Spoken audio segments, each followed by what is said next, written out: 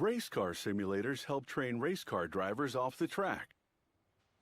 They provide realistic visuals and sensations, bumps, jolts, swerves. Whatever movement you'd feel if you were sitting in the driver's seat of a real race car. This race car simulator can be programmed to produce a range of racing scenarios and weather conditions. It can replicate any car on any track. First, a computer-guided laser cuts many of the simulator's parts from steel sheets. After workers sand the rough areas, a machine reads the final shape with a laser to make sure the part meets specifications. If a part requires bending, it is done with a press. This is one of the side brackets for the driver's seat. The simulator's main structure is made primarily of steel tubing. They saw the lengths required. Then a computer-guided mill drills holes for the bolts that will later be used to attach the simulator's components. Once all the steel tubes are ready, a welder puts them in a jig to align them correctly for assembly.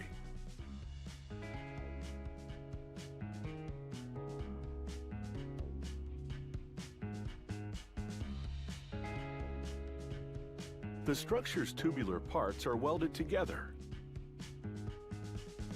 Then the worker adds the simulator's sheet steel parts and sprays the structure with industrial-grade paint. Now they mount an audio speaker and amplifier for the vibration system. Motion controllers that move the steering wheel and driver's seat are also added. They install the power distribution block and a subcontroller for each of the two actuators. They install the cables required for the simulator's components and plug them into a USB hub. Then they install the computer and plug it into the USB hub as well. They cover the top of the structure with a textured aluminum panel. They bolt the bottom of the actuators to the structure and plug them into the subcontrollers inside. Then they mount the driver's seat and bolt the top of the actuators to the back of it. A worker installs the seat belt along with the spring mechanism that yanks the belt back when you hit the brakes.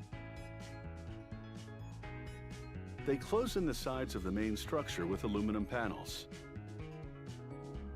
Next, they assemble the simulator's 3 pedals: gas, brakes, and clutch, and mount the clutch mechanism to it.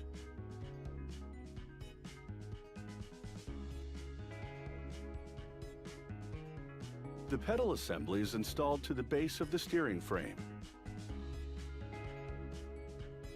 They mount the dashboard to the top of the frame.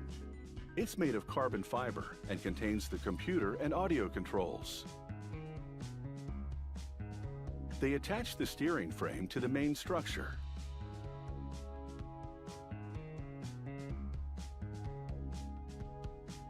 Then they assemble the steering wheel. Inside its base is a circuit board that controls the buttons on the wheel and gear shift. It's called the shift paddle. They mount the shift paddle to the base, then flip it over to attach the wheel.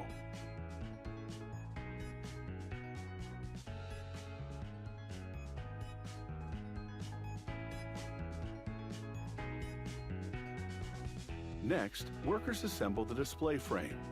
It holds the simulator's 3 monitors and 3 front speakers.